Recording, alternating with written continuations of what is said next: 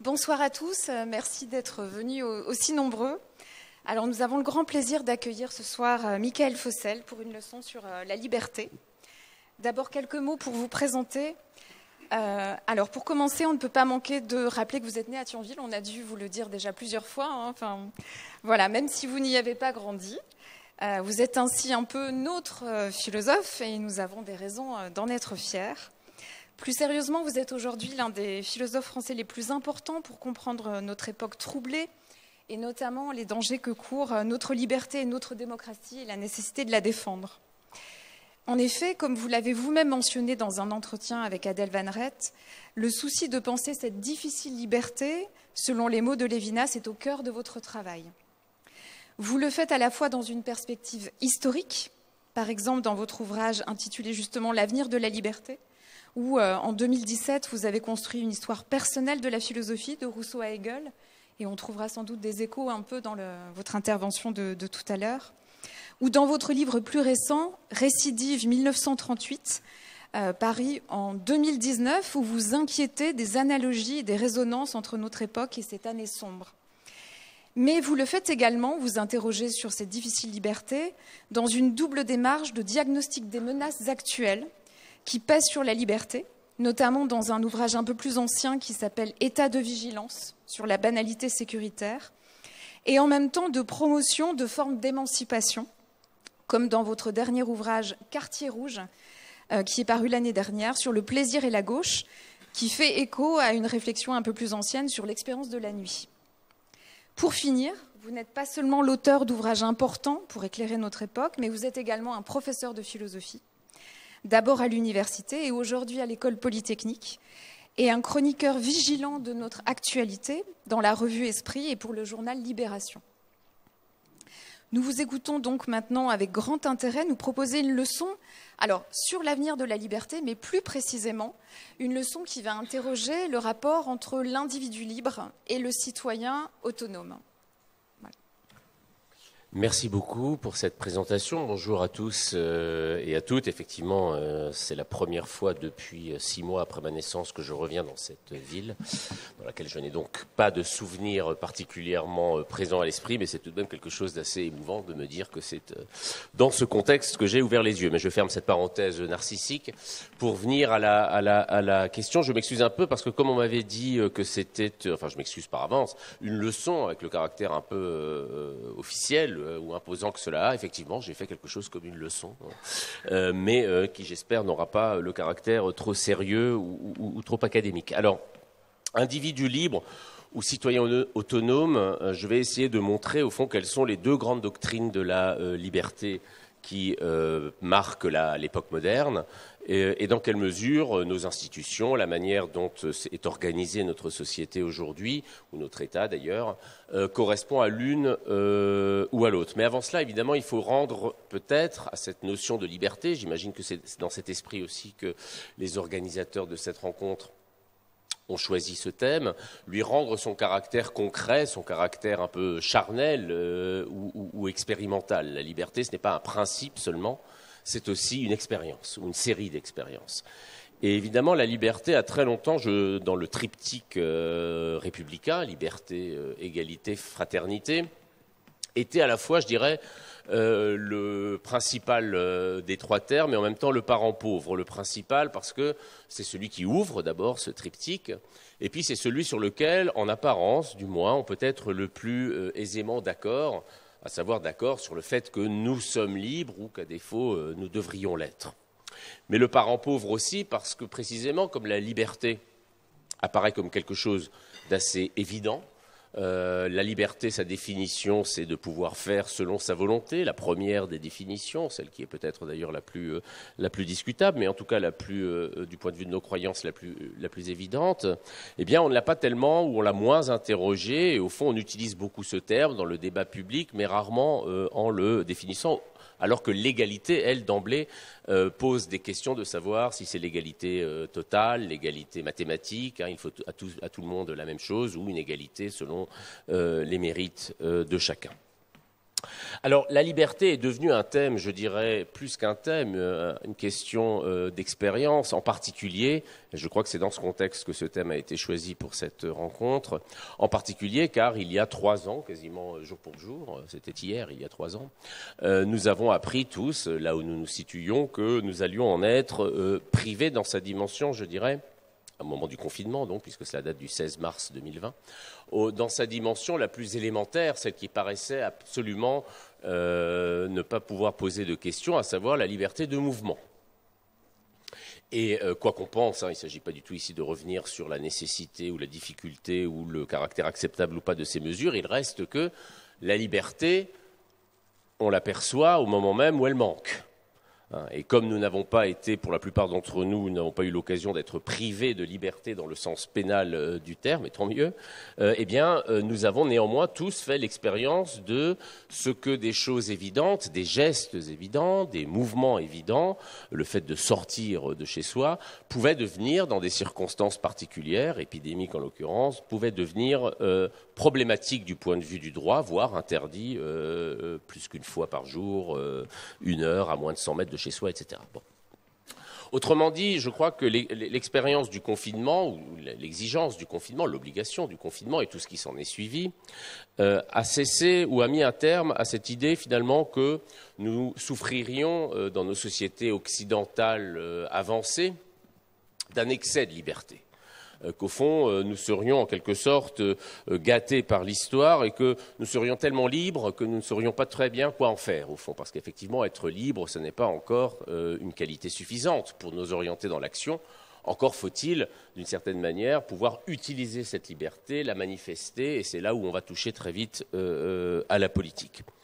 On a longtemps fait le portrait du citoyen, plutôt de l'individu contemporain, comme d'un individu consommateur, consumériste, d'un individu abstentionniste politiquement, au fond un individu qui privilégierait sa liberté privée, sa liberté individuelle précisément, séparée des autres. Individu, ça veut dire ce qui ne peut pas être coupé en deux, mais ce qui peut se séparer du reste de la société. On a beaucoup parlé de l'individu roi qui jouissait en quelque sorte de sa liberté dans un champ économique, social, mais de moins en moins intéressé par la politique. Et je voudrais revenir au fond un peu sur cette idée, ou plus exactement poser cette question. Est-ce qu'on peut être libre seul ? Est-ce que la liberté, c'est un attribut, une caractéristique de l'individu séparé des autres, et en quelque sorte, plus nous serions séparés des autres et aussi des institutions, plus nous serions libres. La liberté, de ce point de vue-là, ça serait une expérience intime, intérieure. Et pour en revenir une dernière fois à cette expérience de confinement, vous vous souvenez peut-être que certains auteurs avaient cru bon, à un moment, ça n'a pas duré longtemps, mais avaient cru bon de faire leur journal ou leur récit de confinement. Bon, en général, ils habitaient dans des maisons secondaires tout à fait sympathiques, donc ils avaient le confinement heureux. Mais il y avait cette idée tout de même qu'au fond, on était enfin libre des contraintes sociales, libre des nécessités liées au travail, ou même d'ailleurs au fait d'être dans une société pour pouvoir se recueillir. Et il y a toute une tradition dans la philosophie qui considère qu'effectivement, le sujet de la liberté, c'est l'âme. C'est-à-dire, c'est ce qui est intérieur à nous, et nous ne serions libres qu'en tant que nous aurions ce pouvoir de nous retirer du monde, de la société, de ses exigences et de tout ce qui fait contrainte, précisément. L'un des contraires de la liberté, c'est la contrainte, de tout ce qui nous oblige à nous engager dans le monde. Alors, si j'ai décidé d'introduire de cette manière, c'est parce que je voudrais bien que tout ce que je vais essayer d'expliquer maintenant, qui apparaîtra peut-être un peu plus théorique, un peu plus abstrait, ramène toujours à ces expériences intimes. Au fond, la liberté, est-ce que nous la vivons mieux quand nous sommes seuls, je veux dire soit seul comme individu, soit dans notre sphère privée, familiale, en couple ou en famille, mais en tout cas en deçà de l'engagement collectif, de l'engagement associatif, de l'engagement politique, de l'engagement syndical? Ou est-ce que la liberté, elle se réalise d'abord avec les autres, et d'une certaine manière, elle n'existe que dans une forme de partage qui peut aller jusqu'à l'engagement politique? Et ces deux thèses, ou ces deux conceptions de la vie que nous pouvons, que j'imagine ici, certains d'entre vous ont, l'une ou l'autre, je veux dire, elles correspondent aussi aux deux grandes philosophies de la liberté dans la modernité, c'est-à-dire depuis en gros le siècle des Lumières. D'un côté, et c'est celle-là, c'est à cette opposition que je voudrais consacrer mon exposé. D'un côté, la liberté de l'individu, c'est-à-dire nous sommes nés, du verbe naître, nous sommes nés libres, et au fond, il faudrait considérer que, ça c'est la conception libérale, il faudrait considérer que les autres, et par-dessus tout le grand autre, c'est-à-dire l'État, constitue, voire même le peuple, je vais y revenir, constitue au fond une menace pour notre liberté. Le collectif constituerait, ou les institutions constitueraient une menace pour elle, et il faudrait toujours en revenir à la liberté première, qui est la liberté de l'individu, d'une certaine manière, vivant à part des autres, ou en tout cas, encore une fois, à part de l'institution. Et puis, face à cette première hypothèse, le libéralisme, la liberté libérale, si je puis dire, la liberté républicaine, c'est-à-dire l'idée que la liberté, en réalité, n'est pas une caractéristique de l'individu, n'est pas quelque chose que l'on peut, par exemple, dans une période de confinement, lorsqu'on est ramené chez soi, convoquer comme une expérience qui ne supposerait pas des échanges avec d'autres, voire des confrontations avec d'autres, mais que la liberté, finalement, elle n'a de sens que dans la politique. Au fond, on ne naît pas libre au sens strict, ce n'est pas quelque chose que nous héritons à notre naissance, on le devient. Et on devient libre à condition qu'un certain nombre de conditions institutionnelles, politiques, démocratiques soient remplies. Et je vais essayer d'expliciter, d'entrer simplement, c'est le plan très simple, dans les deux voies de cette liberté, la voie libérale, la voie républicaine, profitant aussi, puisque c'est peut-être un peu le but de ce genre de rencontre, pour essayer de proposer une définition un peu précise de termes libéralisme et république. On parle beaucoup des valeurs de la République, on parle beaucoup du libéralisme, alors en bien ou en mal, en général en bien, mais on ne définit pas ces termes, tant et si bien qu'au fond, on ne sait pas très bien à quel type de liberté il renvoie, et simplement à quel type d'organisation de la société ou même de conception de l'humanité. Alors la solution libérale d'abord, ou plutôt la conception libérale de la liberté.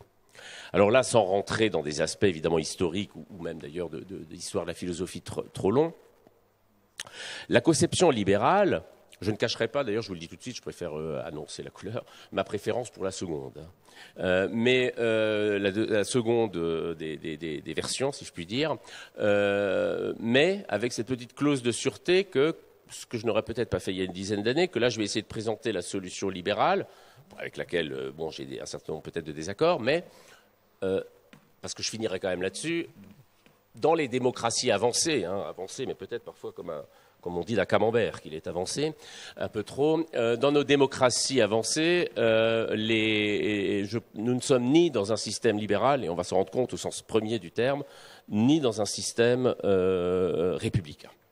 Alors, le libéralisme, et je le prends d'abord ici dans son sens politique, et pas économique, même s'il y a des liens, le libéralisme, il est né au XVIIe siècle d'une lutte contre l'arbitraire de l'État.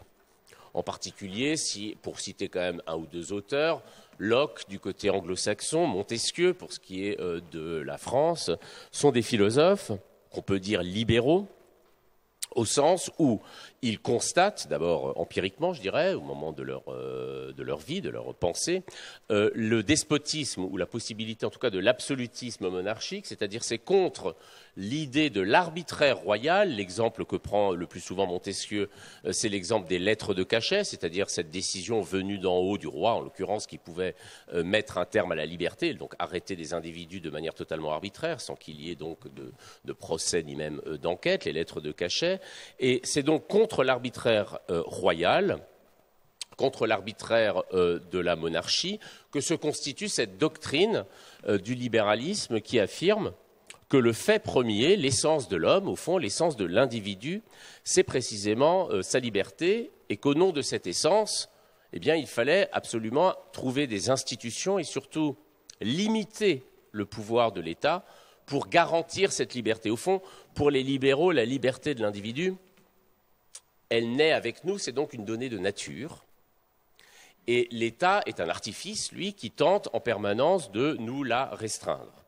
Et on peut toujours opposer, c'est au fond, c'est la tradition libérale qui a inspiré en partie les déclarations des droits de l'homme, dont la première phrase est « l'homme et les hommes sont nés libres en droit, et libres et égaux en droit, pardon. Et ce qui importe dans cette formule, les hommes sont nés libres et égaux en droit, c'est le verbe naître.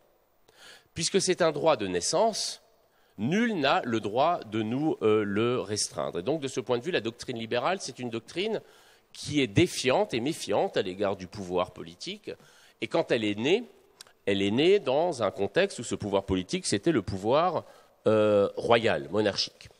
Et donc, Montesquieu, qui est connu en général lorsqu'il l'est pour une doctrine, dans laquelle je ne rentre pas dans son détail, c'est-à-dire celle de la séparation des pouvoirs, considère précisément qu'il faut rompre avec la monarchie absolue, c'est-à-dire l'idée que le roi a le pouvoir exécutif, le pouvoir législatif et le pouvoir judiciaire, puisqu'avec les lettres de cachet, il avait, je répète, le pouvoir, sans en justifier à quiconque d'autre que lui-même, de mettre aux arrêts un certain nombre de ses opposants, pas seulement d'ailleurs de ses opposants. Alors, ce qui caractérise le libéralisme, politique, c'est donc le fait que la liberté, la possibilité pour l'individu de s'affirmer se constitue en général négativement à l'égard de l'État. Il y a une phobie d'État, une phobie de l'État dans le libéralisme, ce qui fait que quand on emploie le terme de libéralisme, d'ailleurs dans son champ général où on l'emploie aujourd'hui, c'est-à-dire plutôt économique, il y a bien un lien entre les deux, entre le libéralisme politique et économique. Ce lien, c'est que finalement, il faut opposer les organisations entre les individus, les associations et in fine le marché économique qui est libre, lui, à la verticalité de l'État, au pouvoir politique qui, en revanche, menace en permanence de vouloir s'inviter dans nos vies, dans nos expériences, dans nos chambres à coucher, pourquoi pas, en tous les cas, de vouloir faire intrusion au nom de la sécurité dans nos existences.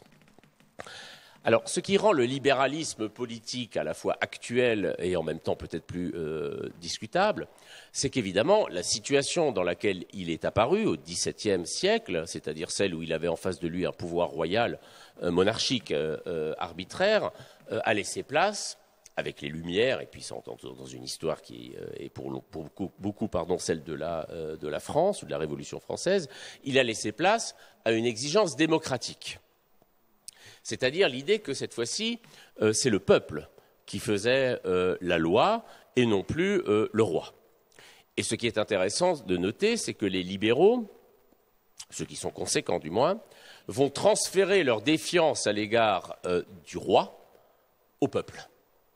C'est-à-dire cette idée que puisque ce qui est libre, le sujet de la liberté, c'est l'individu, je répète, séparé à sa naissance, même littéralement, à sa naissance, séparé du corps de sa mère et par extension du corps politique lui-même, c'est l'individu isolé, alors son ennemi dans des sociétés contemporaines, en tout cas ceux qui le menacent, ce n'est plus tant le roi, il n'y a plus de roi, ou si le roi existe, il est soumis lui-même à des lois, c'est le collectif, c'est la masse, c'est le peuple. Et de ce point de vue-là, je voudrais citer un auteur qui est justement révélateur de cette troisième ou quatrième génération des penseurs libéraux, ceux du 19e, qui arrivent après la Révolution française et qui considèrent que, au fond, la Révolution française, faite au nom de la liberté, entre autres choses, mais d'abord au nom de la liberté, a pu, par certains aspects, sombrer dans le despotisme, mais non plus le despotisme monarchique, non plus le despotisme de l'arbitraire du roi, mais le despotisme considéré par les libéraux comme étant peut-être pire, la tyrannie peut-être plus douce, mais d'autant plus vertigineuse, du peuple, du collectif, de l'opinion publique, de la masse ou de la multitude. Cet auteur, c'est Benjamin Constant, C-O-N-S-T-A-N-T, qui est à la fois un philosophe, un homme politique et aussi, si j'ai le temps, j'en dirai un mot à la fin, un écrivain. D'ailleurs, à mon avis, si vous devez lire quelque chose de lui, lisez plutôt ses romans que ses textes philosophiques, puisque je vais dire l'essentiel de ce qu'ils contiennent. Le libéralisme, l'avantage, c'est que comme ça tient en une seule affirmation, c'est assez facile à comprendre comme philosophie. Peut-être pour ça que ça a marché, d'ailleurs, pendant un temps. Il a écrit un discours, d'abord, en 1819, qu'il a prononcé, donc, puis qu'il a publié, qui s'appelle « De la liberté des anciens comparée à celle des modernes ». Donc, notre liberté, celle des modernes, contre ou comparée, et il préfère celle des modernes, à celle des anciens. Les anciens, ici, c'est la Grèce ancienne et Rome. Alors, il définit la liberté des modernes, donc la liberté de l'individu, donc la liberté libérale, de la manière suivante. Être libre, écrit-il, pour nous, les modernes, ça consiste dans, je cite, le droit de n'être soumis qu'aux lois, de ne pouvoir être ni arrêté, ni détenu, ni mis à mort, ni maltraité d'aucune manière par l'effet de la volonté arbitraire d'un ou de plusieurs individus. Ou de plusieurs individus, donc on n'a pas le droit, c'est la liberté contre l'arbitraire d'un individu, le roi, le despote, le dictateur, mais aussi, et pour lui surtout, la liberté de la contrainte de la masse de plusieurs individus qui voudraient me forcer, moi, dans ma liberté native d'homme ou de femme, pour Benjamin Constant plutôt d'homme encore, à vouloir faire quelque chose que je ne désire pas. Dans cette formulation que j'ai lue, dans la citation que j'ai lue, vous avez sans doute remarqué que la liberté moderne, celle que défendent les libéraux, c'est une liberté négative, c'est la liberté de ne pas être arrêté de manière arbitraire, ne pas être contraint à faire quelque chose que ma volonté ne désire pas. Liberté négative, parce que dès lors, et ça c'est une thèse fondamentale des libéraux, dès lors qu'on commence à donner un contenu positif à la liberté, c'est-à-dire la liberté pour quoi faire ? Pour réaliser quel type d'idéaux politiques, quelle forme de société, eh bien, on s'approche tendanciellement pour les libéraux de quelque chose d'un peu despotique. Parce que finalement, qu'est-ce qui va me contraindre, moi, à adhérer à cet idéal positif de la liberté ? La liberté, pour les libéraux, c'est la puissance de se retirer. C'est la puissance de retrait par rapport aux institutions, au collectif. Et il l'oppose, je l'ai dit, à la liberté des anciens, c'est-à-dire à celle qui avait lieu, ou qui était telle qu'on l'imagine d'ailleurs, ou telle qu'il l'imagine plutôt que ça n'était, mais telle qu'elle existait dans la cité antique. Et alors voilà comment il décrit cette liberté des anciens, toujours Benjamin Constant. Elle consistait, écrit-il, à, je cite, « délibérer sur la place publique de la guerre et de la paix, conclure avec les étrangers des traités d'alliance, voter des lois, prononcer des jugements, examiner les comptes, les actes, la gestion des magistrats, les faire comparaître devant tout le peuple, les mettre en accusation et, les magistrats corrompus, éventuellement les condamner ou les absoudre. » La liberté du citoyen antique, dit Benjamin Constant, il n'a pas tort en ce sens, c'est un emploi à plein temps, si j'ose dire. C'est-à-dire le citoyen libre. Bon, ce que ne dit pas ici Benjamin Constant, c'est que ça excluait les femmes et les esclaves, mais le citoyen libre d'Athènes, et encore de la République romaine, c'est celui pour qui la politique, l'engagement, le fait de faire des lois, de participer à la loi, ce qu'on appellerait aujourd'hui la démocratie participative, est la principale des activités. C'est quelque chose, évidemment, qui est lointain de nous, cette idée, peut-être ça revient d'ailleurs, mais en tout cas c'est lointain, parce que les libéraux ont quand même un peu gagné. C'est-à-dire que l'idée que la liberté est d'abord une caractéristique politique, que seul le citoyen est libre, que l'individu dans sa sphère privée, au fond familiale ou même professionnelle, là c'est plutôt le règne de la contrainte, cette idée était évidemment constitutive de la citoyenneté grecque, de la première démocratie telle qu'on l'a inventée à Athènes au IVe siècle avant Jésus-Christ. Et Benjamin Constant est un défenseur ardent de la liberté négative contre la liberté positive en laquelle il ne voit que des risques, je vais expliquer pourquoi dans un instant, de nouveaux despotismes. Mais il définit quand même la liberté positive, des modernes, la liberté libérale de manière plus positive. Il écrit « Notre liberté à nous », enfin il dit, c'est un discours d'abord, « Notre liberté à nous, nous les modernes, doit se composer de la jouissance paisible de l'indépendance privée. » Au fond, c'est la liberté du chez-soi, la liberté de ce qu'on appellera plus tard la sphère privée, et qui paradoxalement est le lieu même où au fond l'individu a le plus d'initiative, alors que dès qu'on est, au fond pour un libéral, dès qu'on est plus de trois, allez, on va dire trois, il y a forcément un jeu de pouvoir, une hiérarchie, une institution, quelque chose qui va dégrader notre liberté. Au fond, libéral, ça veut dire quoi ? Dans le sens, je dis bien politique, initial du terme. C'est une conception fondamentalement anti-sacrificielle de la vie. L'individu, il n'y a aucune cause, aucune croyance, il y a évidemment aussi un contexte de lutte contre l'absolutisme religieux que je n'ai pas cité, aucune cause, aucune croyance, aucune foi, aucune appartenance politique, même celle au peuple, l'appartenance à un peuple démocratique, qui justifie qu'on sacrifie quelque chose de notre liberté. Un des combats fondamentaux du libéralisme, et là on va bien voir la jonction entre la politique et l'économie, c'est la lutte contre l'impôt. L'impôt, c'est-à-dire le fait que le collectif, l'État, mais qu'il soit monarchique ou démocratique, le fait que le collectif prélève quoi que ce soit sur la richesse privée, c'est-à-dire la richesse constituée par l'individu, apparaît pour un libéral immanquablement comme un scandale. Parce que la richesse, dans le récit libéral, la richesse que crée l'individu, il l'a créée lui-même, c'est donc sa liberté qu'il a constituée et l'a créée, et par conséquent, toute captation par le collectif, surtout dans un but redistributif, toute captation par le collectif de la richesse privée, c'est une atteinte à la liberté fondamentale d'entreprendre, et comme le dit Benjamin Constant, de jouir de l'indépendance privée, parce que, et là aussi il y a un lien évidemment fondamental entre la liberté des libéraux et la liberté économique. Quelle est la liberté la plus haute? C'est ce que je fais de ma vie, je ne suis que ce que je fais de ma vie. Autrement dit, c'est la liberté d'entreprendre, c'est la liberté, au fond. Il faut, pour Benjamin Constant, abandonner l'idée que nous sommes d'abord des citoyens pour que nous puissions devenir des individus sur un marché économique dans lequel nous allons pouvoir manifester notre créativité, notre agilité, comme on dirait aujourd'hui, etc. Alors, ce qui évidemment a renforcé un peu la thèse libérale et qui d'ailleurs expliquait pourquoi elle a finalement quand même malgré tout, même si je finirai, je répète, en disant que nous n'en sommes plus là, même aujourd'hui, mais pourquoi elle a dominé au XIXe siècle et depuis sans doute là aussi la fin du XXe siècle, c'est que des éléments pour expliquer que finalement il ne suffisait pas de passer de la monarchie absolue ou de tout autre type de despotisme de ce genre à un système démocratique pour que l'individu ne soit plus mis en danger par le collectif. Cette idée-là, elle a eu des expériences pour la valider. C'est-à-dire qu'au fond, l'individu pouvait être aussi victime de ses concitoyens dans sa propre affirmation libre.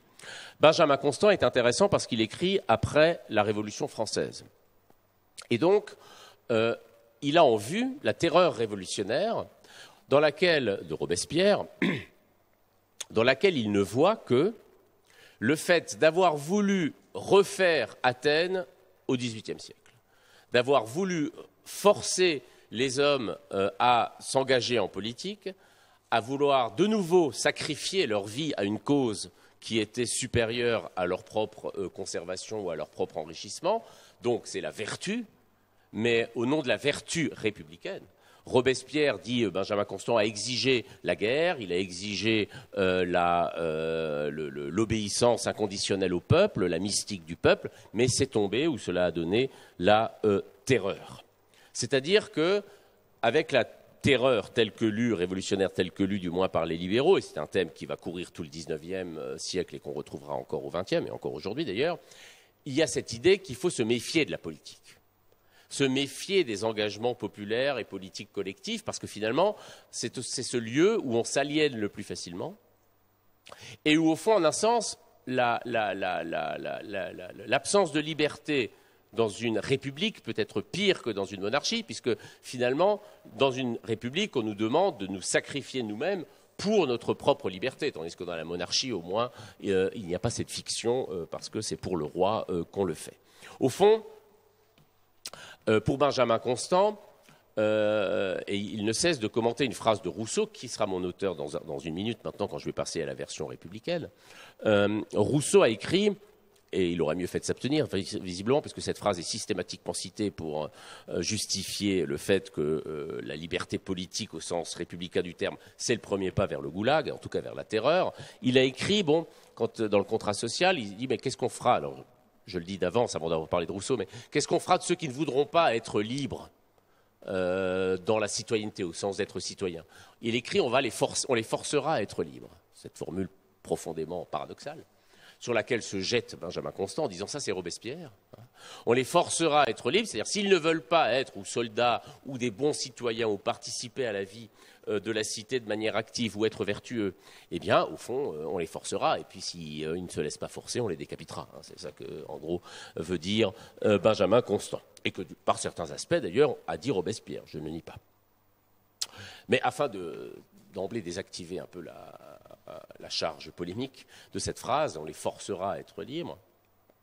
Ce n'est pas à cela que pense Rousseau quand il écrit cette phrase.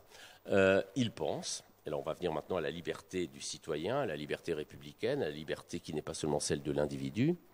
Il pense à des institutions qui sont destinées à nous rendre libres.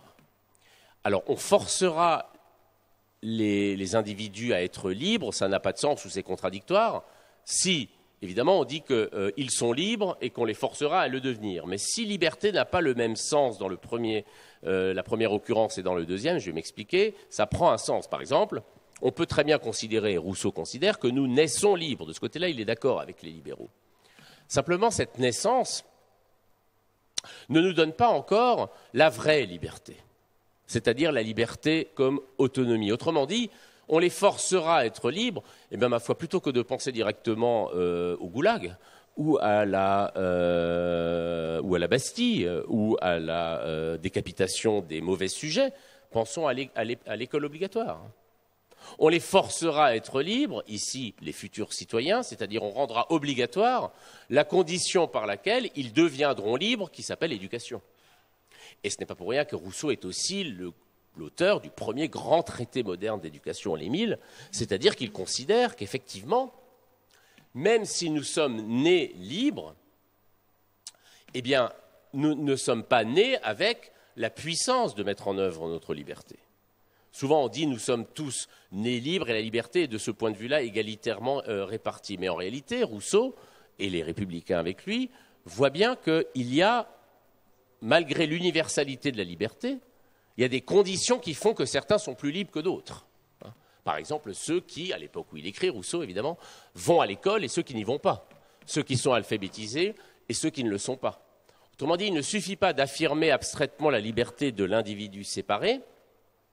Il faut affirmer positivement, dans la perspective de Rousseau, le fait que l'individu doit devenir citoyen pour se libérer de ce qui, héritage familial, situation, conditions sociales, au fond, dans cette naissance, Rousseau ne voit pas seulement le fait, le libéralisme est assez optimiste, en fait, comme théorie. On est libre, mais on ne se pose pas la question de savoir si on est, je dirais, à la campagne ou à la ville, dans un château ou dans une maison en ruine, ou dans la rue. Alors que dans la version républicaine de la liberté, ce qui est premier, c'est, comme le mot l'indique, res publica, c'est que je ne deviens véritablement libre que comme citoyen. Et c'est là-dessus que je voudrais développer un peu, parce qu'on entend aussi beaucoup de choses qui sont parfois un peu, comment dirais-je, rapides sur qu'est-ce que c'est la citoyenneté, qu'est-ce que c'est que la République, et ses valeurs, dont on parle beaucoup. La thèse de Rousseau, et c'est au fond la définition du républicanisme à la française, comme on aime à le dire, pas la vraie, pas forcément celle qui est, je répète, évoquée en permanence, c'est de dire que le lieu où nous sommes véritablement libres, c'est le lieu où nous sommes véritablement autonomes. Autonome, ça veut dire j'obéis à la loi que je me suis prescrite. Il y a une phrase de Rousseau qui dit la soumission à ses désirs est esclavage. La vraie liberté est obéissance à la loi que je me suis prescrite. Ça veut dire être libre, ça ne veut pas dire obéir à ses désirs d'individu, parce que les désirs que j'ai comme individu me sont prescrits par la société la plupart du temps. Et encore, quand Rousseau écrit, il n'y a pas encore la publicité telle qu'elle existe aujourd'hui. Bon, la réclame et tout ce qui s'ensuit. Autrement dit, le tort des libéraux, c'est d'avoir cru qu'au fond, la liberté, elle se trouvait dans la conscience de l'individu, et qu'au fond, et dans son corps d'ailleurs, et qu'au fond, c'est la satisfaction de son désir qui le rendait libre. Mais évidemment, pour Rousseau, la véritable liberté, c'est celle qui va me rendre libre, c'est-à-dire qui va faire que je vais obéir seulement à la loi que je me suis prescrite. Au fond, il n'y a pas d'opposition entre loi et liberté, contrairement à ce qu'on pourrait croire. Encore faut-il s'entendre sur ce que c'est qu'une loi. Un projet de loi, et peut-être que là, on va arriver à des questions plus contemporaines. Bon, alors, la thèse de Rousseau, c'est la suivante. Je l'explique, je m'excuse peut-être un peu. D'ailleurs, il ne faut pas que je perde trop de temps.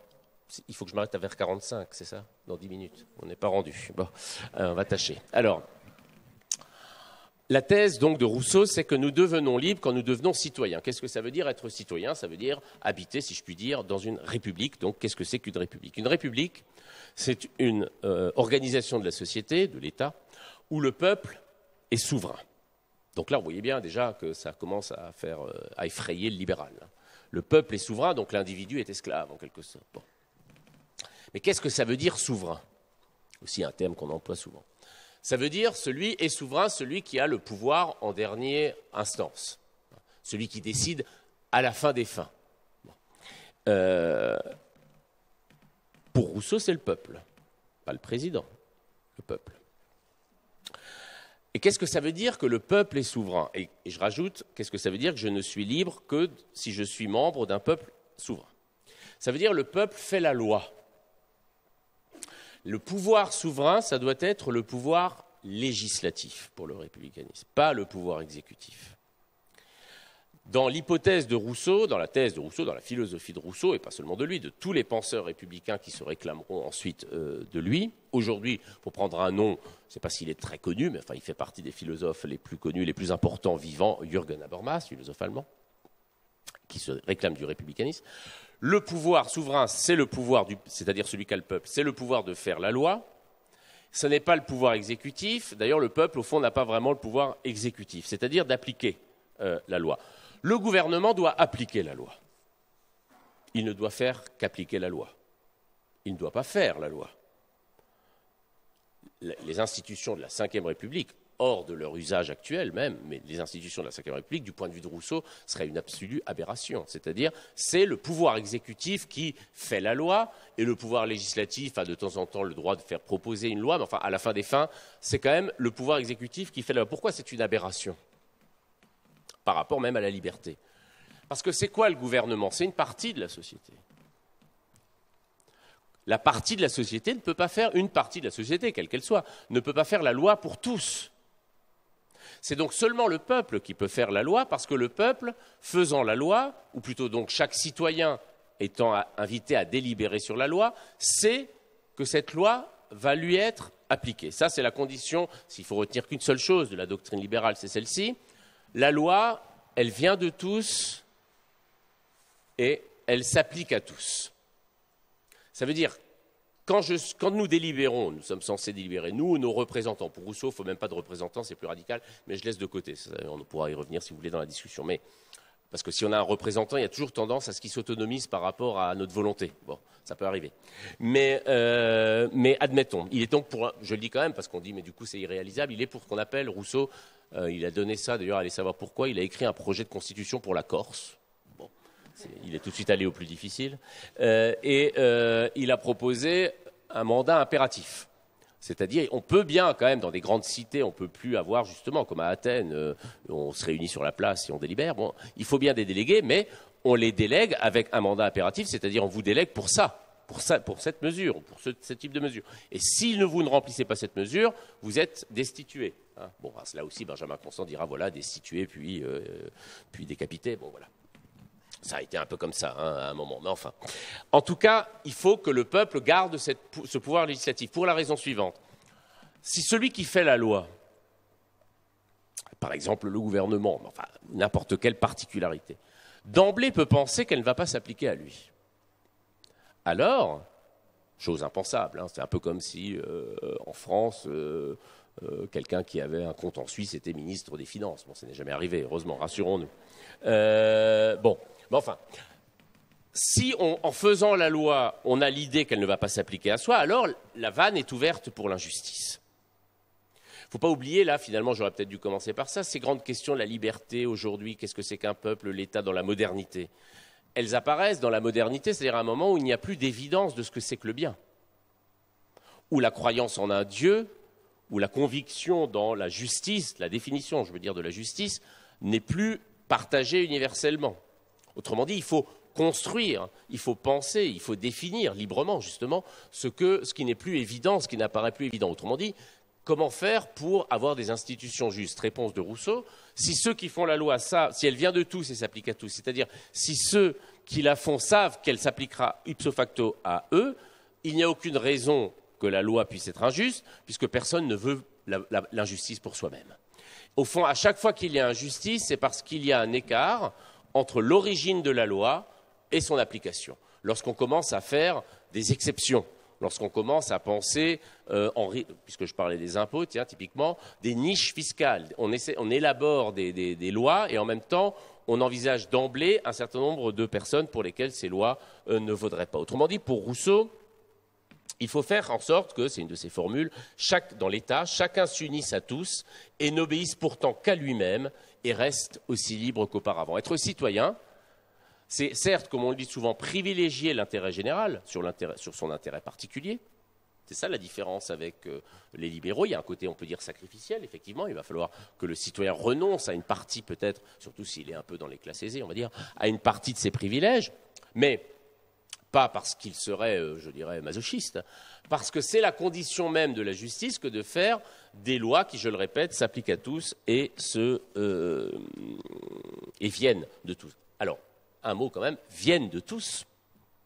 Ça veut dire que l'élaboration de la loi, elle doit se faire sur la base d'une délibération qui intègre tous ceux auxquels elle va s'appliquer. Le principe, c'est qu'évidemment, ne sont habilités à discuter du bien et du juste, ou de la loi bonne ou juste, qui va définir le bien et le juste, que ceux qui vont être, si je puis dire, les sujets de cette loi, et pas seulement les citoyens. Il faut être, au fond, à la fois citoyen de la loi et sujet, sujet au sens la loi s'applique à moi, mais citoyen au sens où je participe à son élaboration. C'est pour ça que, dans un système de type 5e République, ce n'est pas seulement le statut du président, c'est le fait que les projets de loi viennent du gouvernement.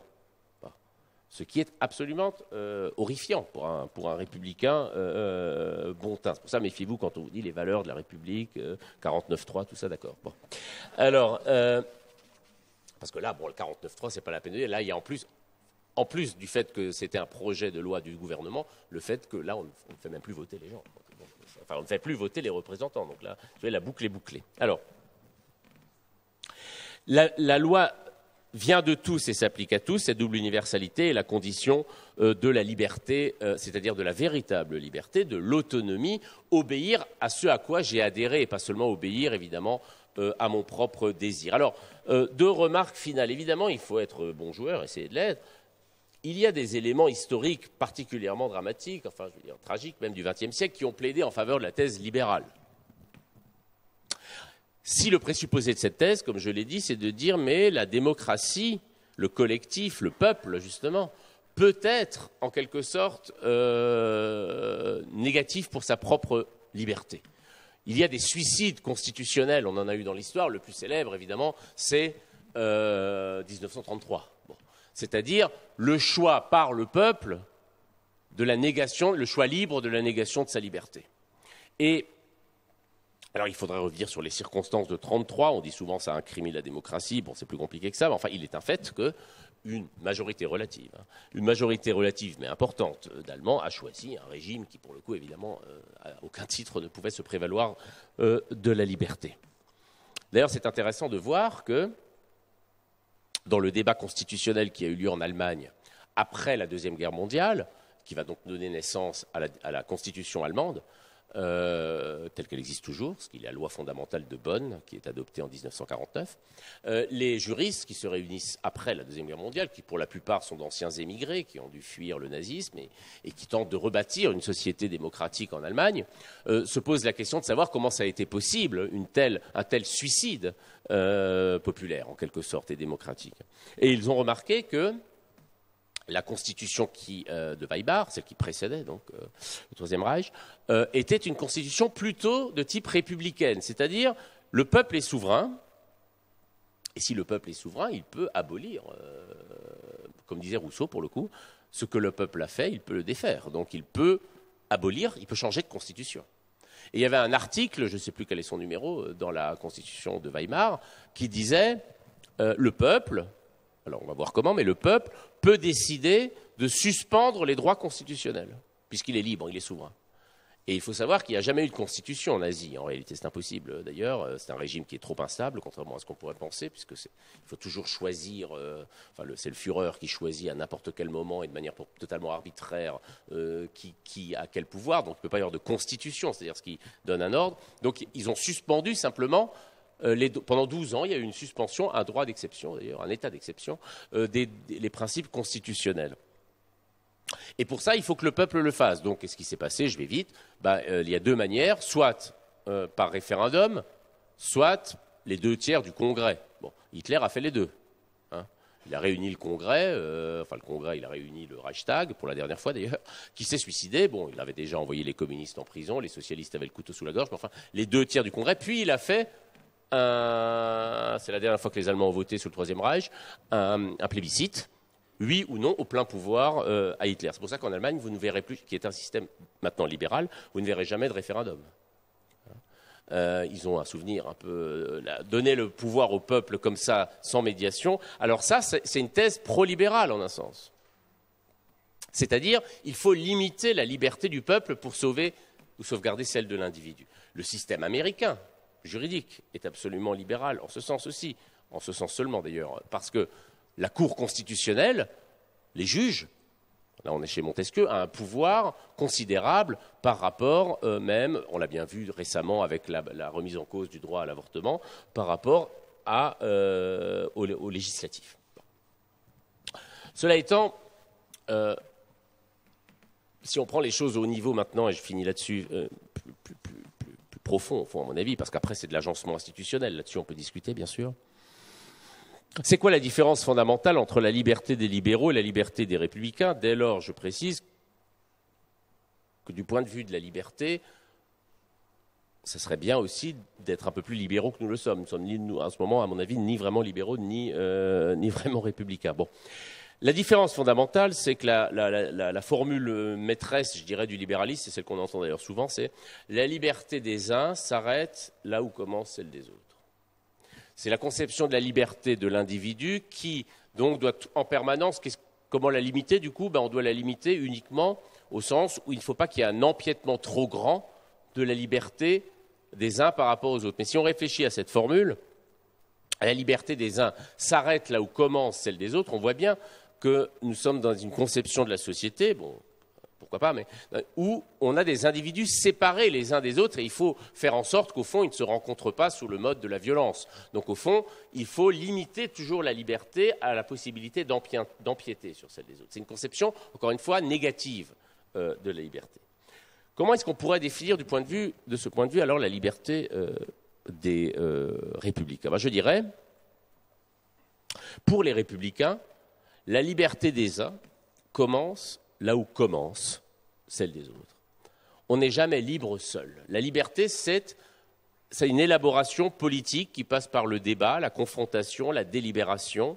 C'est ce qui peut y avoir d'ailleurs des terriblement, je dirais, lassant dans le côté liberté démocratique républicaine, c'est qu'on parle tout le temps, on parle beaucoup, on discute. Il n'y a jamais un point de vue qui peut être le point de vue de celui qui sait par opposition à ceux qui ne savent pas. Autrement dit, on n'est jamais libre seul, on est libre à plusieurs, et ma liberté dépend de la tienne.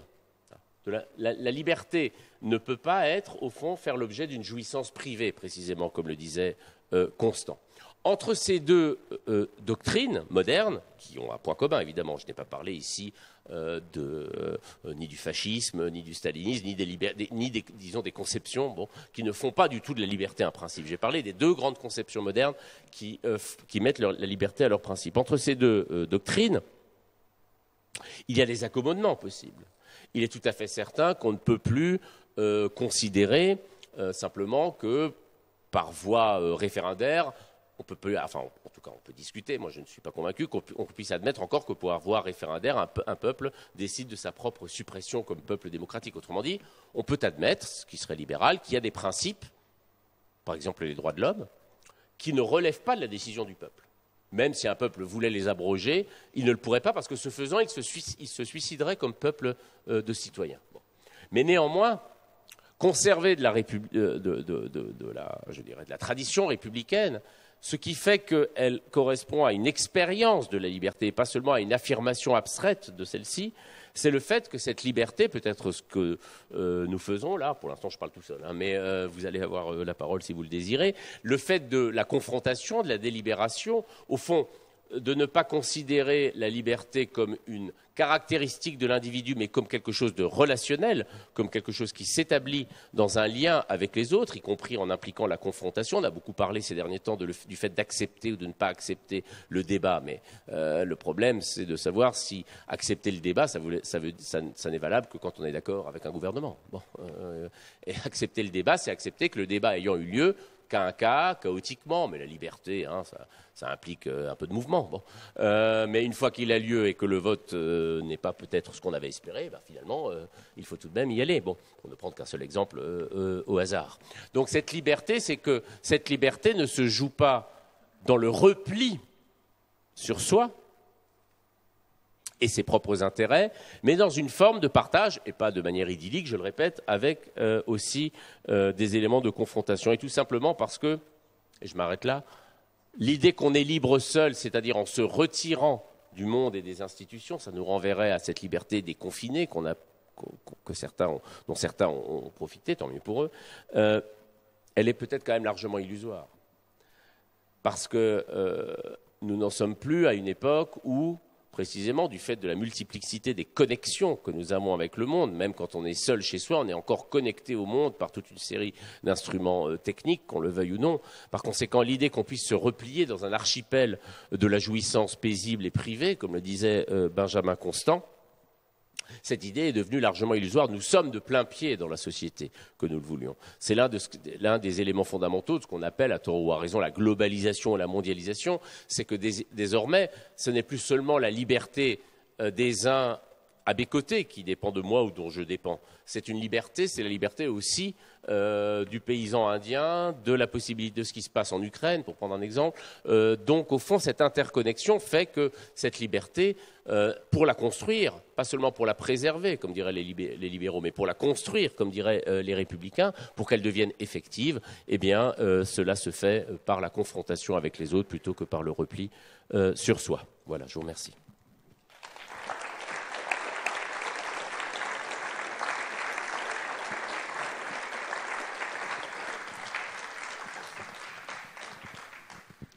Alors, merci beaucoup pour cette leçon magistrale qui montre bien la puissance de la philosophie, c'est-à-dire comment le fait de revenir aux idées fondamentales permet d'éclairer mieux que jamais l'actualité. Enfin, j'espère que vous avez eu oui, j'espère que vous avez eu cette impression comme moi. Est-ce que vous avez des questions? Alors, voilà, un micro va circuler.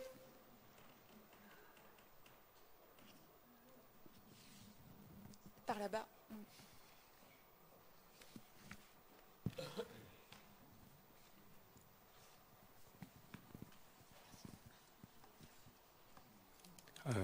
Merci pour votre leçon, tout d'abord. Une première question porterait sur l'actualité, finalement, de la liberté. Parce qu'on a eu une déclinaison de deux doctrines, on va dire modernes, mais qui, du coup, ont perdu de leur actualité. Vous l'avez vous-même admis, à la fois au niveau républicain comme libéral. Donc je voulais avoir votre point de vue sur aujourd'hui, quelle est la conception de la liberté chez nous, en gros, là, maintenant, aujourd'hui. Vous voulez dire celle qui à mon avis, domine dans le monde actuel ou celle... Ah. Exactement. Bon, elle n'est pas non plus extérieure totalement à ce que j'ai dit, parce que, évidemment, c'est plutôt une dominante libérale, c'est plutôt la liberté de l'individu, je pense, en même temps que ce qui rend la liberté républicaine, au sens républicain, sur laquelle il y aurait encore beaucoup de choses à dire, mais d'actualité, c'est que nous sommes certainement à ça c'est une impression personnelle, une fin de cycle du triomphe de la liberté libérale. C'est-à-dire que pour des raisons à la fois sociales, économiques et sociales, mais aussi pour des raisons qui renvoyaient à ce que j'ai évoqué extrêmement, tout à fait rapidement à la fin, cette interconnexion dans laquelle nous sommes, l'idée que la liberté, c'est celle de l'individu indépendant des autres, qui est l'idée libérale, après avoir dominé, Hein, c'était l'idée qu'on allait réaliser sa vie, actualiser ses puissances, manifester sa propre liberté dans l'indépendance économique et privée. Au fond, la réussite, quoi, la réussite sociale, économique. Bon. Et qu'il fallait donc faire en sorte que nous soyons tous égaux pour rentrer dans un système de l'inégalité. C'est un peu ça la doctrine libérale économique cette fois-ci. Bon. Ça a marqué beaucoup la théorie néolibérale qui a dominé depuis 1980 à peu près, avec Reagan, Thatcher, et qui en France, nous, on a mis 20 ans de retard, ce qui fait qu'on y est encore aujourd'hui, alors que les autres en sortent. Enfin, ça, c'est bon, difficilement d'ailleurs, mais ils s'en sortent. Alors ça, c'est quand même, à mon avis, c'est terminé. Enfin, c'est terminé. Je veux dire qu'il n'y a plus grand monde pour croire que... vous savez, la doctrine sur laquelle seulement l'égalité des chances, quoi. Bon, l'idée qu'il faut quand même, qu'il n'y a pas tellement de conditions sociales qui rendent possible la liberté, de partage social, mais que nous sommes tous sur une ligne à peu près égalitaire, en tout cas que chacun reçoit selon ses mérites. Alors, on le voit aujourd'hui, ce qui rend la liberté républicaine, à mon avis, intéressante comme alternative, parce que le problème, évidemment, c'est pour ça que j'ai précisé, je n'ai évoqué que les deux doctrines de la liberté. Mais face à l'échec d'une doctrine sur l'autre, on peut aussi vouloir bazarder la liberté, si vous voulez. C'est-à-dire que, bon, vous avez fait référence à ce livre sur 38, là, la tentation existe aussi de dire qu'après tout, la liberté moderne, libérale ou républicaine, finalement, c'est quelque chose qui ne permet pas de garantir l'ordre, la sécurité, la hiérarchie, et donc les tentations autoritaires, et voire peut-être même totalitaires, n'ont pas disparu du tout du champ aujourd'hui. Donc les libertés aujourd'hui, pour vous répondre peut-être plus simplement que je ne le fais, elles vont très mal. Hein. Ça, il n'y a pas de souci. Maintenant, il ne faut quand même pas être... enfin, elles vont très mal, à toute proportion gardée, par comparaison avec ce qu'elles ont pu être au moment où le libéralisme politique des années 70 était quand même assez fort et présent. On ne vivait pas en état d'urgence ou en état d'urgence permanent. Cela étant, il me semble que dans un certain nombre de mouvements de contestation qu'on pourrait croire d'abord sociaux, je pense par exemple aux Gilets jaunes, je ne vais pas parler de l'actuel pour prendre un peu de distance. J'ai constaté, moi, que quoi qu'on pense de ce qui est devenu le mouvement des Gilets jaunes, c'est parti sur une affaire de taxe d'essence. Donc, de toute façon, ça part toujours du dur, si je puis dire, c'est-à-dire de quelque chose qui tout d'un coup ça a à voir avec la liberté, parce qu'on est obligé de prendre sa voiture parce qu'on y est contraint, on ne peut plus parce que c'est trop cher, donc on est mis au fond dans une impossibilité de vie. Bon, il y a eu ces mouvements des Gilets jaunes, et très vite, au bout de quelques jours, quelques semaines, ce qui est venu de la part d'un mouvement qui n'était pas organisé, enfin qui n'était pas organisé par des syndicats ou par des partis, ce sont des revendications de type constitutionnel. Le RIC, bon. Alors on en pense le référendum d'initiative citoyenne, bon. Donc autrement dit, la liberté, c'est pas du tout un principe abstrait qui serait en quelque sorte un luxe pour les riches, quoi. C'est-à-dire d'abord il faut manger, il faut se nourrir, il faut le social, et puis la liberté viendra après. Non, ça se pose toujours en même temps. Et ce que j'ai vu en partie, mais pas seulement, alors chez les Gilets jaunes, autre sociologie, autre rapport, autre géographie à Nuit debout, ce qu'on a vu à Occupy Wall Street, ce qu'on a vu dans tous les mouvements des places, y compris au printemps arabe, c'est à chaque fois c'est pas tellement une exigence, c'est le fait on se rassemble. Et alors on aime ou on n'aime pas le type de rassemblement, on aime ou on n'aime pas le type de discussion, ça c'est autre chose. Mais en tous les cas, la liberté ici, elle est revendiquée d'abord par le fait sensible de se rassembler. Ça me paraît être quand même, j'espère, miser là-dessus. C'est-à-dire le fait de ne plus être devant BFM Télé, de quitter un peu son téléphone portable, BFM ou CNews, encore pire, de ne plus être isolé, justement séparé, et puis d'interrompre le moment de la vie professionnelle et d'aller, au fond, un peu sur l'agora, comme aurait dit justement Rousseau, et se retrouver citoyen. Donc je dirais que, bon, pour répondre en une phrase, les libertés font l'objet à la fois d'atteintes. L'idée que la seule liberté valable, c'est la liberté d'entreprendre économique, est très remise en cause par la situation de crise sociale dans laquelle on est. Eh bien, ça va se jouer entre ce que moi j'ai appelé la liberté républicaine, et puis alors la sape des libertés par quelque chose de plus autoritaire. Est-ce qu'il y a d'autres questions? Oui, au fond. Merci. Oui, merci beaucoup pour votre exposé qui était fort intéressant. Ça a la vertu d'être très clair, cette opposition entre liberté républicaine et liberté libérale. La question que j'aurais moi à vous poser, c'est une question qui porte sur la condition à laquelle les individus en société vont pouvoir effectivement participer à une liberté de type républicaine. Je m'explique.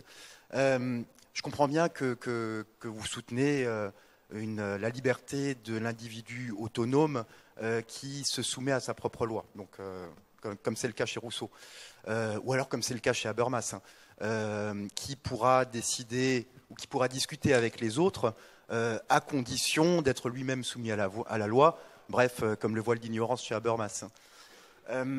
Seulement, la question que je me pose, c'est pour nous autres, qui nous trouvons déjà dans des institutions, à quelles conditions peut-on vraiment y participer? L'institution, c'est ce dans quoi on est et qui existera encore après notre mort.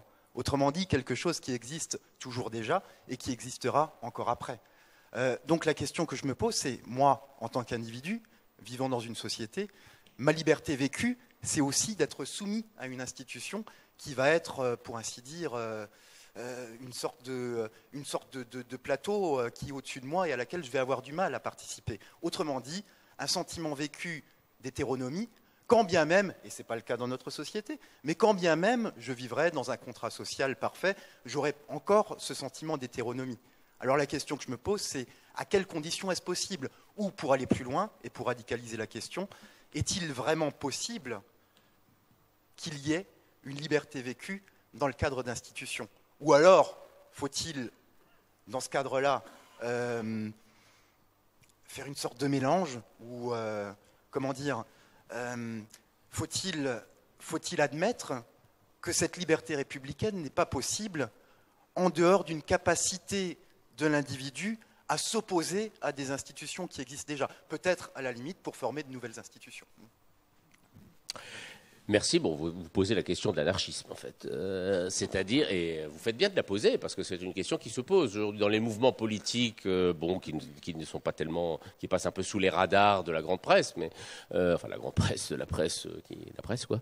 Il y a beaucoup dans la jeunesse un mouvement libertaire, justement, alors, ou anarchiste, qui revient en force sur la base, disons, du fait que l'autre grand mouvement de contestation des institutions, c'est-à-dire le marxisme, est quand même un peu encore fatigué, je dirais, de ses échecs. Alors, bon, une question immense, hein.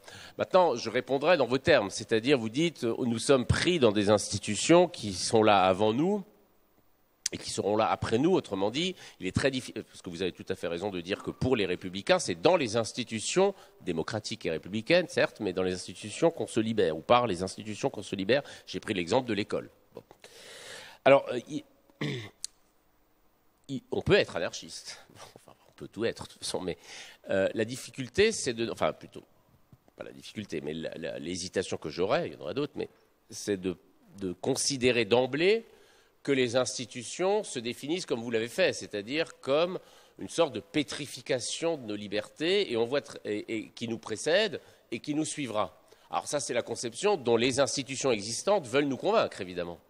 C'est-à-dire que toute institution est travaillée ou marquée par son inertie dès lors qu'elle apparaît. Donc, évidemment, l'intérêt de l'institution, c'est-à-dire de ceux qui en vivent et y vivent, c'est de faire croire qu'elle se perpétuera. C'est une sorte de, comment dirais-je, de vice fondamental de l'instituer. Voilà. Mais alors, ce qui est vrai dans le côté anarchiste ou libertaire, c'est qu'à la source de l'institution, il y a quelque chose d'un peu désorganisé. Il y a quelque chose qui n'est pas encore, que j'appellerais justement la liberté collective.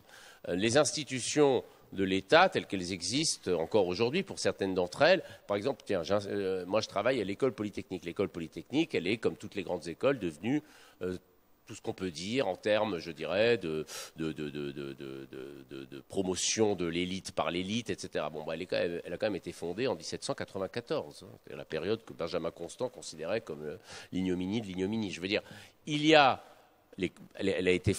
beaucoup d'institutions, j'en prends une là que je connais, mais il y en a beaucoup qui se sont pétrifiées, se sont oubliées. Le Conseil d'État, le Conseil constitutionnel, et bon, voilà, l'Académie française, mon Dieu, c'est pétrifié comme institution, Mais le mouvement jaillissant qui a mené, quand il s'agit d'institutions démocratiques, dont d'ailleurs j'enlève l'Académie française, qui a été créée sous la monarchie absolue, hein, bon, donc voilà.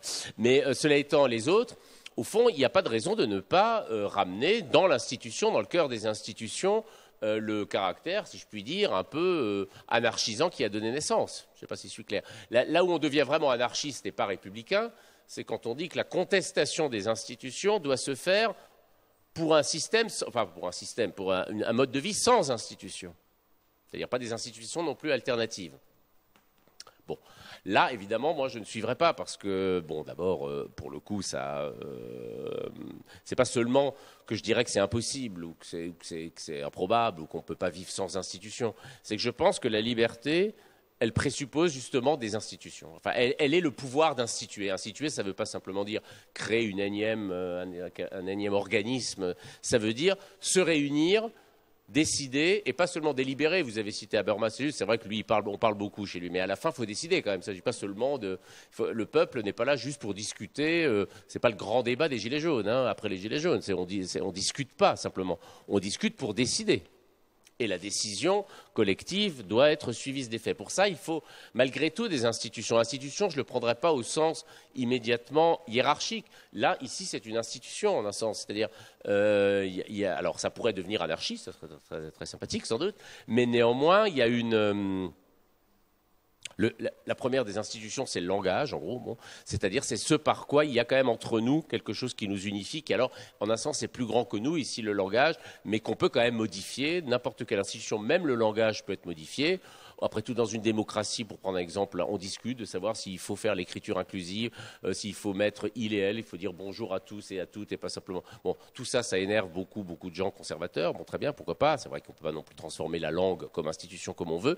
Néanmoins, ce qui est le propre d'une démocratie, c'est que même l'institution des institutions, c'est-à-dire le langage, peuvent faire l'objet de modifications à condition évidemment que nous soyons à peu près sinon d'accord, on n'en est jamais totalement d'accord, mais c'est même pas très grave, mais en tous les cas que nous en discutions. Voilà.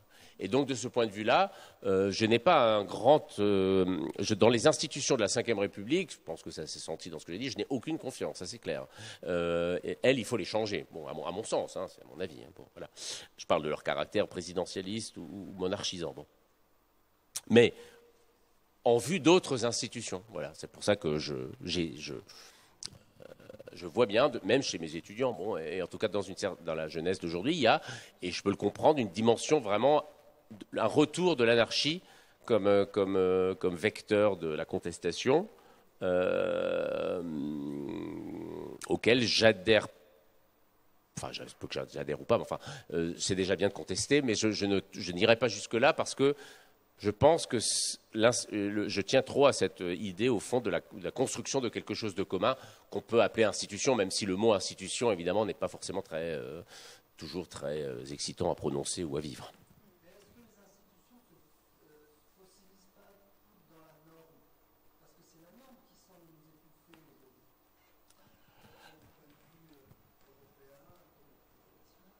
Alors, est-ce que tout le monde a bien entendu la question? Sinon, on peut peut-être vous demander de la répéter. Je vais la répéter, oui. Sous votre garantie. Hein. Est-ce que des institutions ne se fossilisent pas sous la norme ou par les normes? Et vous avez cité les exemples européens. C'est ça? Alors ça renverrait effectivement à quelque chose qui est... Le mot institution, évidemment, il ne suffit pas de le prononcer. Je veux dire, il y a des types d'institutions, il y a des logiques institutionnelles. Aujourd'hui, les institutions, vous avez tout à fait raison, elles fonctionnent à la norme, ce qui est un héritage d'ailleurs plutôt du néolibéralisme, ça. C'est-à-dire pas à la loi. Hein. La loi, elle est, enfin, telle que l'a définie Rousseau, elle est discutée, décidée collectivement et par des citoyens, pas par des experts.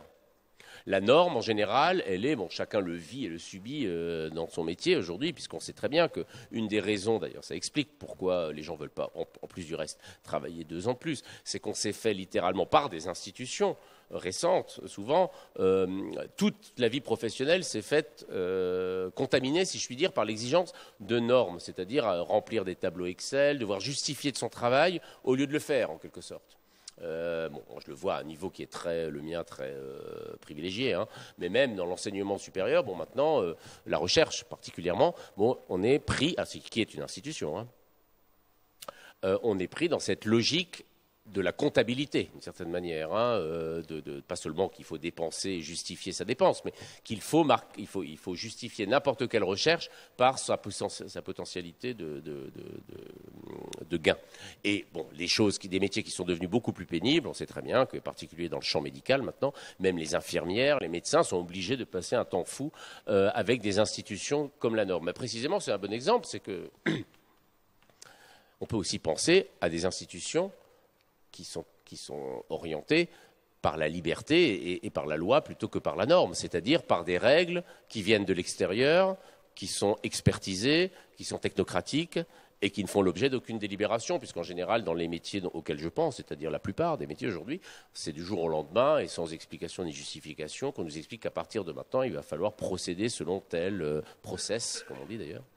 Donc la norme, si par norme on entend une manière d'ordonner nos actions à des principes que nous n'avons jamais délibérés, sur lesquels nous n'avons jamais porté notre décision ni notre réflexion, je suis d'accord que nous sommes envahis par les normes. Mais peut-être toute institution n'est pas pour autant condamnée à fonctionner uniquement à la norme.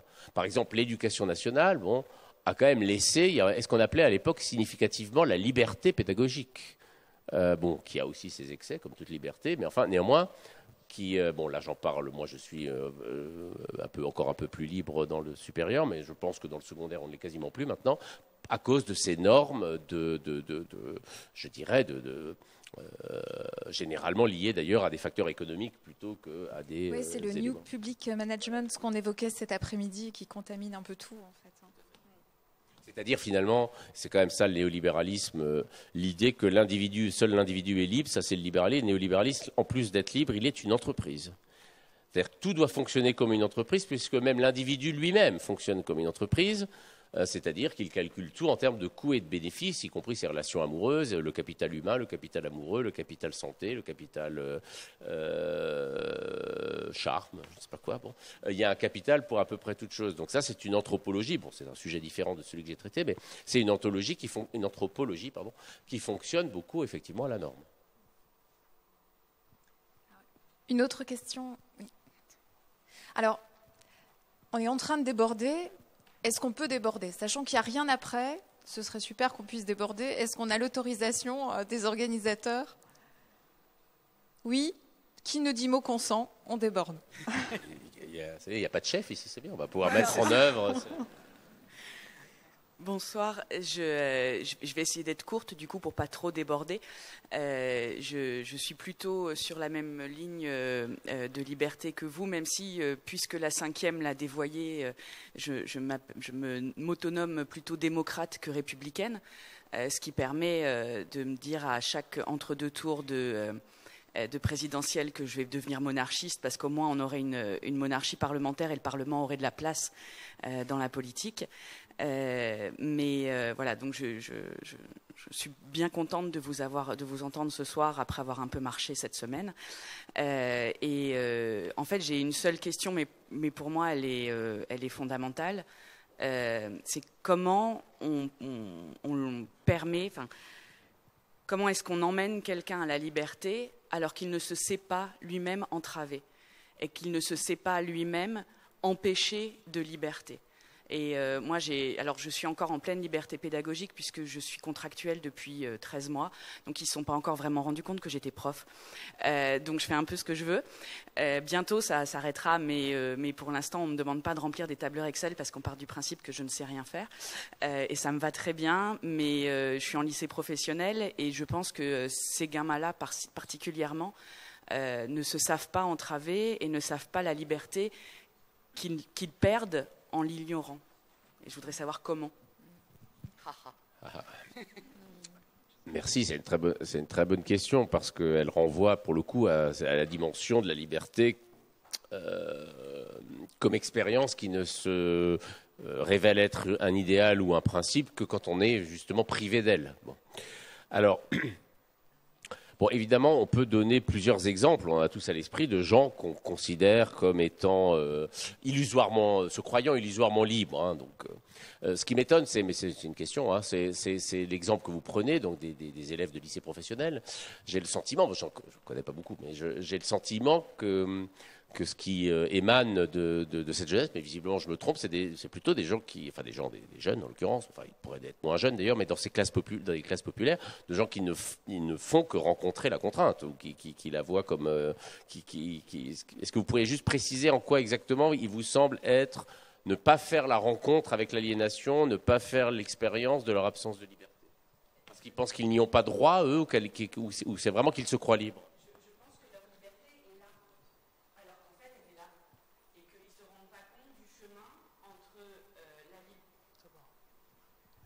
Je sais parler fort, mais il y a des gens derrière et la voix qui se retourne, c'est pas facile.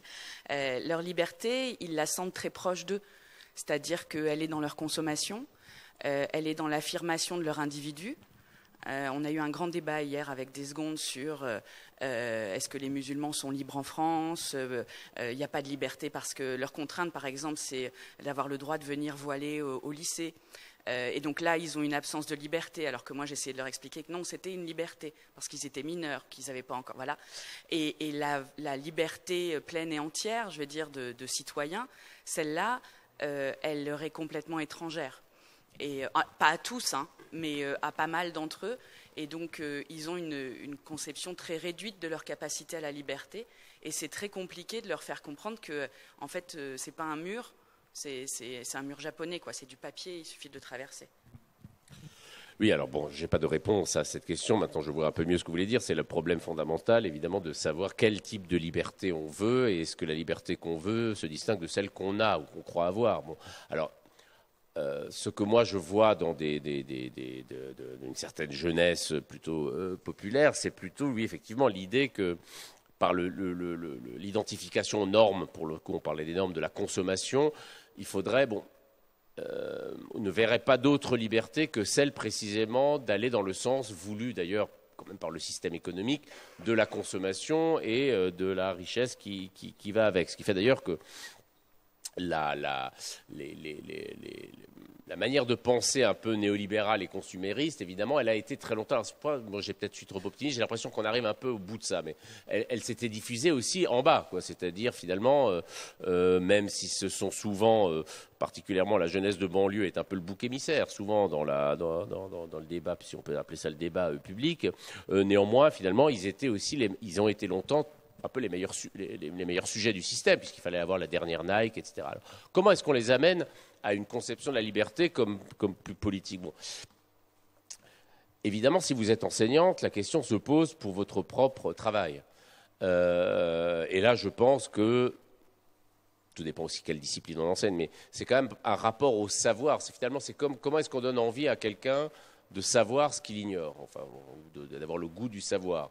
D'abord, en tout cas, moi, c'est comme ça que je procède, hein, j'ai réussi ou pas, mais en montrant qu'il y a un intérêt, justement, à connaître, qu'il y a un intérêt à se libérer, c'est-à-dire, au fond, à ne pas essayer simplement de justifier le savoir parce qu'il rendra possible en termes économiques, en termes de diplôme, etc. Maintenant, ce qui se joue ailleurs que dans le champ éducatif strict, c'est ce qui se joue au niveau de l'histoire, au niveau des événements politiques, pour le coup. Les grands moments, le terme n'est pas très joli, mais de conscientisation, comme on disait, c'est des moments où, justement, on se rend compte qu'on n'a jamais été libre parce qu'on vit une liberté qu'on n'a jamais eue auparavant. C'est pour ça que j'avais fait un petit livre sur le plaisir, parce que c'est finalement pareil, le plaisir et la liberté sur ce plan. C'est-à-dire qu'il y a des plaisirs, il y a des formes de liberté aussi, que nous ne nous représentions pas comme possibles, ni même comme existantes, avant de les avoir vécues. Il y a un très beau texte de Deleuze comme ça sur ce qui s'est passé en 68. Et il dit, en 68, ça n'a pas été une révolution, mais ça a été ce qu'il appelle des devenirs révolutionnaires. Alors il prend comme exemple, j'y étais pas, mais enfin, je suppose qu'il l'a vécu, quelqu'un qui sort de chez soi, alors là il prenait je crois comme exemple un cadre qui s'apprêtait donc à métro, boulot, dodo, à aller bosser, puis finalement il peut pas, il n'y a pas de métro, la voiture, il n'y a plus d'essence, je décris peut-être ce qui va arriver, on ne sait pas là prochainement. Donc il marche, et puis en marchant il rencontre un groupe, je dirais aujourd'hui de féministes radicales, commence à discuter du statut des femmes, ça lui est jamais arrivé, il pose la question du cinéma contemporain, il n'en avait jamais parlé, il va voir un film, c'est seul truc qui marchait encore en 68, il est pris dans un... Et alors, devenir révolutionnaire, ici, ça veut dire, finalement, faire l'expérience d'une liberté autre que celle qu'on croyait ou qu'on appelait jusque la liberté, par le simple fait de la vivre. Alors ça, la liberté, je pense qu'elle s'agrandit d'être vécue. elle ne s'agrandit pas seulement d'être proclamée ou revendiquée. Je pense que dans les mouvements de contestation, quels qu'ils soient, hein, d'ailleurs il ne s'agit même pas ici droite-gauche, après tout, bon, on peut avoir une liberté dans la contestation de la permissivité morale de la société. Bon, voilà, on peut penser ça. Mais je pense, dans tous les cas de figure, le point commun, c'est que, et c'est le plus difficile à réaliser ça en cours ou en classe, c'est-à-dire, au fond, à ne pas présenter un droit comme devant être défendu abstraitement, mais au fond, faire qu'on s'y attache parce que tout d'un coup, on l'exerce. Il faut commencer par... Au fond, c'est un peu bête ce que je dis, mais pour apprendre à nager, il faut aller à l'eau. Pour apprendre à marcher, et on tombe, hein, d'habitude. Hein. Un très beau texte de Kant aussi qui dit ça à ce moment-là. Oui, les despotes n'arrêtent pas de dire le peuple n'est pas assez mûr pour la liberté. Il écrit ça en 93, Kant. Hein. Kant qui est dans la ligne de Rousseau là. Et il dit les despotes disent toujours le slogan, c'est ils sont pas assez mûrs pour la liberté. Preuve justement à tous les intellectuels allemands qui disaient on vous l'avait bien dit en 89, il ne faut pas donner la liberté au peuple français, ça finit à la guillotine. Bon. Et Kant répond premièrement, ceux qui sont responsables du fait que le peuple ne soit pas assez mûr pour la liberté, c'est-à-dire, ça correspond peut-être à ce que vous dites, c'est qu'il ne s'imaginent même pas être capables de cette liberté-là. Ceux qui en sont responsables sont ceux qui l'ont maintenue dans l'aliénation. Et deux, plus important, on ne devient mûr pour la liberté qu'en étant mis en liberté. Et il dit, évidemment, les premiers essais, la première fois qu'un peuple va être mis en liberté, ou un individu, il y a fort à craindre qu'il soit, comme on dirait aujourd'hui, un peu border, un peu violent, qu'il en fasse un peu trop. Bon. Mais néanmoins, on apprend à être libre en étant mis en liberté. Et par conséquent, en expérimentant le fait que ce que nous appelions notre confort et notre propre indépendance, en fait, n'était faite que d'aliénation. C'est pour ça que c'est une expérience, celle de la liberté concrète et celle de la relation amoureuse, qui est assez proche, finalement, je trouve. C'est-à-dire, tout d'un coup, on se dit, mais comment est-ce que j'ai pu vivre sans ça, quoi ? C'est un principe de relecture comme esclavage de tout ce que nous avions vécu auparavant comme étant de la liberté. C'est assez proche de... Bon, il faudra développer, mais chez Rousseau, c'est pareil. Hein, le contrat social, il dit s'aliéner avec tous ses droits à tous les autres, à toute la communauté. C'est une formulation qui m'a toujours semblé un peu étrange du point de vue... Il faut tout donner aux autres pour pouvoir récupérer la liberté du collectif. Il y a quelque chose qui n'est pas très loin de l'amour. Mais là, on s'égare un peu sur le fait que... En tout cas, c'est quand même en le faisant, si je puis dire, qu'on le découvre et qu'on le désire. Bon, ça vaut pour l'amour et pour l'amour.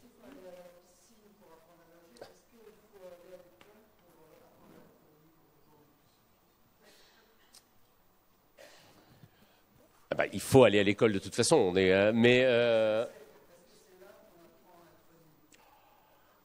c'est là où on devrait apprendre à être libre, mais l'état de l'école dans lequel elle a été mise, fait que, et c'est certainement pas les enseignants qui sont à plaindre, à plaindre ils sont, mais à mettre en cause. On dit on va à l'école pour apprendre un métier, c'est pas seulement ça l'école, quoi. C'est pas d'abord ça. Bon. Donc, alors maintenant, dans les conditions de l'école d'aujourd'hui, ça je peux pas. On a toujours intérêt à y aller quand même, hein, parce que, je dirais, à la faveur d'un malentendu, on peut quand même apprendre quelque chose pour soi-même. Mais c'est vrai que certainement, il y a d'autres institutions ou des systèmes, pour répondre aux jeunes hommes, para-institutionnels dans lesquels on apprend encore plus. Je vois que dans les mouvements de manifestation en ce moment, il y a de la formation à jet continu, quoi. Bon, et c'est ça qui est quand même intéressant dans la politique. C'est aussi qu'on apprend des choses là où, au départ, c'est pas fait pour apprendre, quoi. Alors, est-ce qu'il y a une dernière question ? Oui.